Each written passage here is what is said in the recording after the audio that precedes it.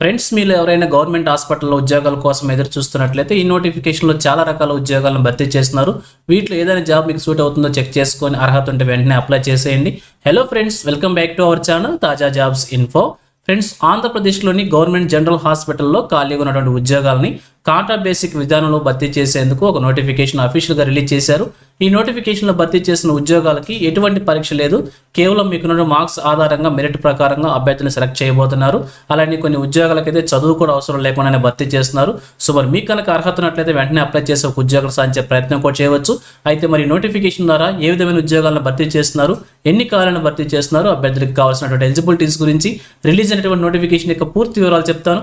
So వీడియోని ఎక్కడ కూడా స్కిప్ చేయకుండా చివరిలో చూస్తేనే కంప్లీట్ ఇన్ఫర్మేషన్ అయితే అర్థమవుతుంది. ముందుగా వీడియోకి ఒక లైక్ చేసి సపోర్ట్ చేయండి ఫ్రెండ్స్. ఇంకా ఎటువంటి మరిన్ని అప్డేట్స్ కోసం వెంటనే ఛానల్ సబ్స్క్రైబ్ చేసుకొని బెల్ ఐకాన్ కూడా యాక్టివేట్ చేసి పెట్టుకున్నట్లయితే వీడియోస్ అన్ని కూడా మీకు ఫ్రీగా నోటిఫికేషన్ రూపంలో వస్తూ ఉంటాయి. సో లేట్ చేయకుండా డైరెక్ట్ టాపిక్లోకి వెళ్ళిపోదాం. ఫ్రెండ్స్, క్లియర్గా చూడండి, రిలీజ్ అయినటువంటి అఫీషియల్ నోటిఫికేషన్ చూస్తూ ఉన్నాం. ఈ నోటిఫికేషన్ ద్వారా మనకు వచ్చేసి 7 రకాల ఉద్యోగాలను భర్తీ చేస్తున్నారు, 9 కాలాలను భర్తీ చేస్తున్నారు. ఇక భర్తీ చేసిన ఉద్యోగాలన్నిటి కూడా కాంట్రాక్ట్ విధానాలను భర్తీ చేస్తున్నారు. అలాగే వారికి కావాల్సినటువంటి శాలరీ డీటెయిల్స్ కూడా మెన్షన్ చేశారు, ఒకసారి క్లియర్గా చెక్ చేసుకోండి. ఇక అలాగే వీరికి కావాల్సినటువంటి ఎడ్యుకేషన్ క్వాలిఫికేషన్స్ గురించి మనం క్లియర్గా చూసినట్లయితే సో డాక్టర్ లేదా సైకాట్రిస్ట్ సంబంధించి ఎంబీబీఎస్ క్వాలిఫికేషన్ ఉంటే అభ్యర్థులు అప్లై చేసుకోవచ్చు అనమాట. అలాగే వాళ్ళ సర్టిఫికేషన్ వచ్చేసి రిజిస్ట్రేషన్ చేసుకొని ఉండాల్సి ఉంటుంది. అలాగే project coordinator cum vocational counsellor సంబంధించి చూసినట్లయితే గ్రాడ్యుయేషన్ క్వాలిఫికేషన్ ఉండాల్సి ఉంటుంది రిలవెంట్ పీరియడ్ లో. అలాగే 3 years ఎక్స్పీరియన్స్ మెన్షన్ చేశారు అనమాట. ఈ యొక్క సెంటర్స్ ని రన్ చేసేటువంటి ఎక్స్పీరియన్స్ ఉండాల్సి ఉంది. అలాగే రన్ చేసేటువంటి క్యాపబిలిటీ కూడా ఉండాలని చెప్పి క్లియర్గా మెన్షన్ చేశారు. ఇక చౌకీదారులకు సంబంధించి చూసినట్లయితే 10th క్లాస్ అర్హతని భర్తీ చేస్తున్నారు. ఇక అలాగే హౌస్ కీపింగ్ స్టాఫ్ సంబంధించి కూడా 10th క్లాస్ అర్హతని భర్తీ చేస్తున్నారు. ఇక 5th one కౌన్సిలర్ లేదా సోషల్ వర్క్ లేదా సైకాలజిస్ట్ సంబంధించి చూసినట్లయితే సైన్స్ గ్రూప్లకు సంబంధించి గ్రాడ్యుయేషన్లో సోషల్ వర్క్ లేదా సైకాలజీ క్వాలిఫికేషన్ అభ్యర్థులు అప్లై చేసుకోవచ్చు. అలాగే 1 or 2 years ఎక్స్పీరియన్స్ మెన్షన్ చేశారు, రెలవెంట్ ఫీల్డ్లో ఉండాల్సి ఉంటుంది. అలాగే కంప్యూటర్ సంబంధించిన నాలెడ్జ్ కూడా ఉండాలని చెప్పి మెన్షన్ చేశారు. ఇక అదేవిధంగా 6th one యోగా థెరపిస్ట్ లేదా డాన్స్ టీచర్ లేదా మ్యూజిక్ టీచర్ లేదా ఆర్ట్ టీచర్ అన్నమాట పార్ట్ టైం విధానంలో భర్తీ చేస్తున్నారు. వీరికి వచ్చేసి relevant field at least 3 years experience అభ్యర్థులు అప్లై చేసుకోవచ్చు. ఇక అలాగే 7th one చూసినట్లయితే పీరియడ్ ఎడ్యుకేటర్ అన్నమాట. వీరికి వచ్చేసి చదువు తెలిసిన వారు అయ్యండి, ఎక్స్ డ్రగ్ యూజర్ ఉండాల్సి ఉంటుంది. మానేసి 1 సంవత్సరం లేదా 2 సంవత్సరాలు అభ్యర్థులు అప్లై చేసుకోవచ్చు అనమాట. ఇక అలాగే ఏజ్ లిమిట్ కనుక చూసినట్లయితే 1/7/2020 నాటికి ఏజ్ మనం క్యాలిక్యులేట్ చేసుకోవాల్సి ఉంటుంది. ఓసీ క్యాండిడేట్స్కి వచ్చేసి 42 years వరకు మెన్షన్ చేశారు.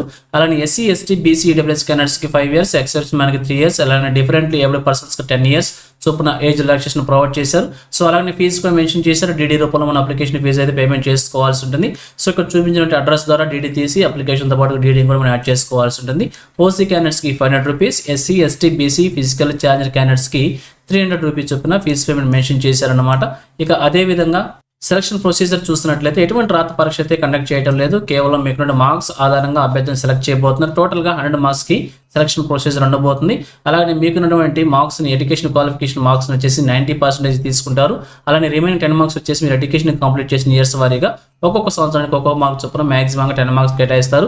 ఈ విధంగా టోటల్గా 100 marksకి ప్యూర్లీ మెరిట్ బేస్ చేసుకొని రూల్ ఆఫ్ రిజర్వేషన్ ప్రకారంగా అభ్యర్థులు సెలెక్ట్ చేయబోతున్నారు. సో అలాగే అప్లికేషన్ సంబంధించి మన అప్లికేషన్ సబ్మిట్ చేసుకోవాలనుకుంటే ఈ నోటిఫికేషన్ కింది భాగంలో అప్లికేషన్ ఫార్మాట్ కూడా మనకు ప్రొవైడ్ చేశారన్నమాట. ఈ యొక్క అప్లికేషన్ ఫార్మాట్ మనం ప్రింట్అవుట్ తీసుకొని చూపించిన విధంగా రిలవెంట్ డాక్యుమెంట్స్ అటాచ్ చేసి అప్లికేషన్ మనం సబ్మిట్ చేసుకోవాల్సి ఉంటుంది. సో ఇక చూస్తున్నట్లయితే నోటిఫికేషన్ వచ్చేసి మనకి government of Andhra Pradesh health medical and family welfare department government general hospital Kadapa నుంచి నోటిఫికేషన్ రిలీజ్ చేశారు. సో గవర్నమెంట్ జనరల్ హాస్పిటల్ కడపలో ఉన్నటువంటి యొక్క జీజీహెచ్లో డ్రగ్ డిటెక్షన్ సెంటర్లో ఖాళీగా ఉన్న యొక్క ఉద్యోగాలని కాంట్రాక్ట్ బేసిక్ విధానంలో భర్తీ చేసేందుకే ఈ నోటిఫికేషన్ రిలీజ్ చేశారు. ఇక అప్లికేషన్ వచ్చేసి ఆఫ్లైన్ మోడ్లో మనం సబ్మిట్ చేసుకోవాల్సి ఉంటుంది. సో అఫీషియల్ వెబ్సైట్ ద్వారా ఇన్ఫర్మేషన్ అంతా తెలుసుకొని కూడా అప్లికేషన్ ఫార్మాట్ని కూడా అక్కడి నుంచి కూడా డౌన్లోడ్ చేసుకొని మన అప్లికేషన్ సబ్మిట్ చేసుకోవచ్చు. సో ఈ వీడియో కింద డిస్క్రిప్షన్లో నోటిఫికేషన్ లింక్ని అప్లికేషన్ ఫార్మాట్ లింక్ని కూడా ప్రొవైడ్ చేస్తాను, అక్కడ నుంచి డౌన్లోడ్ చేసుకొని సో మీరు ఈజీగా అప్లికేషన్ అయితే అప్లై చేసుకోవచ్చు.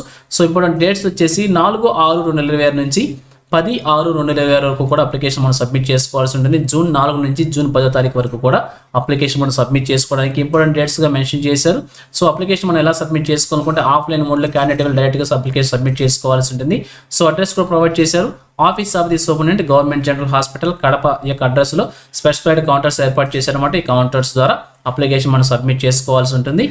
ఇక అప్లికేషన్తో పాటుగా ఏమేమి డాక్యుమెంట్స్ మనం సబ్మిట్ చేసుకోవాలని కూడా క్లియర్గా మెన్షన్ చేశారు. సో ఇక్కడ చూపించిన డాక్యుమెంట్స్ అన్నింటి కూడా మీకు ఎన్నింటికి ఎలిజిబిలిటీ అన్ని డాక్యుమెంట్స్ మీద గెజిటెడ్ ఆఫీసర్ చేత సంతకం చేయించి అప్లికేషన్తో పాటుగా మనం ఈ యొక్క డాక్యుమెంట్స్ అన్ని అటాచ్ చేసి అప్లికేషన్ని మనం ఆఫ్లైన్ మోడ్లో సబ్మిట్ చేసుకోవాల్సి ఉంటుంది. సో ఇది ఫ్రెండ్స్ ఈ నోటిఫికేషన్ గురించి. మరి మీకు కనుక ఎలిజిబిలిటీ ఇంట్రెస్ట్ ఉన్నట్లయితే తప్పకుండా అప్లై చేసి ఒక ఉద్యోగాలు సాధించే ప్రయత్నమే చేయవచ్చు. ఇదే విధంగా ఆంధ్రప్రదేశ్లో ఈ జిల్లా నుంచి చిన్న జాబ్ నోటిఫికేషన్ రిలీజ్ అయిన కానీ వెంటనే మీ ముందు తీసుకొస్తుంటాను. సో మన ఛానల్ సబ్స్క్రైబ్ చేసుకుని డైలీ ఫాలో అవుతుండండి. ఎటువంటి అప్డేట్స్కి మిస్ అవ్వకుండా ఉండవచ్చు. అలాగే నోటిఫికేషన్ పీడిఎఫ్ని వచ్చేసి మన టెలిగ్రామ్ గ్రూప్లో ప్రొవైడ్ చేస్తాను. లింక్ని వచ్చేసి వీడియోకి డిస్క్రిప్షన్లో ప్రొవైడ్ చేస్తాను. అక్కడ నుంచి డౌన్లోడ్ చేసుకోండి. సో ఇది ఫ్రెండ్స్ ఓవరాల్ వీడియో ఇన్ఫర్మేషన్ మీకు నచ్చిందని అనుకుంటున్నాను. మీకు ఎలా అనిపించిందో కింద కామెంట్ సెక్షన్ తెలియజేయండి. ఇంకా మీ ఫ్రెండ్స్కి మీ ఫ్యామిలీ మెంబర్స్ అందరూ కూడా షేర్ చేసి వారికి కూడా తెలియజేయండి. సో ఇన్ఫర్మేషన్ కనుక మీకు నచ్చినట్లయితే తప్పకుండా వచ్చిన లైక్ చేయడం మాత్రం మర్చిపోవద్దు. Thank you friends for watching. మరొక లేటెస్ట్ వీడియో మీ ముందుకు వస్తాను.